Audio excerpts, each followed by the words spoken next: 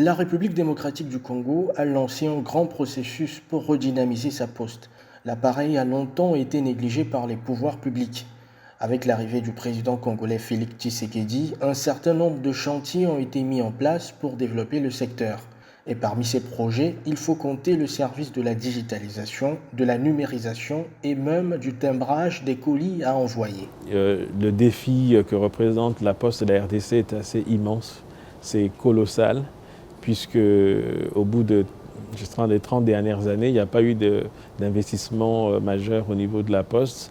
Bien au contraire, quand il n'y a pas d'investissement, on recule. Donc les infrastructures sont dans un niveau de délabrement quand même assez avancé. L'outil postal en lui-même, l'outil de travail postal, la formation des cadres, tout ça, ce sont des défis qui sont assez importants pour nous. Mais nous n'avons pas dormi.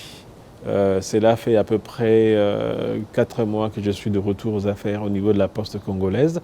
Nous avons lancé des initiatives qui sont assez fortes. Le codage des adresses fait partie des innovations qui ont été apportées à la Poste congolaise. Ce service n'existait pas avant jusqu'à ce qu'il ne fasse irruption. Toutes les adresses postales étaient auparavant codées avec l'indicatif téléphonique du pays. La nouvelle administration a donc décidé de lancer un service de codage en bonne et due forme. Depuis que la RDC existe, il n'y a jamais eu de codes postaux en RDC. Donc pour la toute première fois en RDC, il y a des codes postaux. L'arrêté a été signé et ça va être promulgué dans les jours à venir.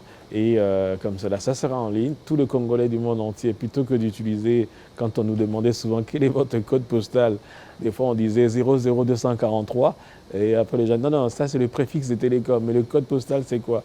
Donc désormais, nous avons des codes postaux dans notre pays. D'autres projets de modernisation sont en cours de réalisation, aussi bien pour le secteur de la poste que pour le secteur de la télécommunication. Il faut noter par ailleurs que la RDC était bien présente au 27e congrès de l'Union postale universelle qui s'est tenu du 9 au 27 août 2021 à Abidjan, en Côte d'Ivoire.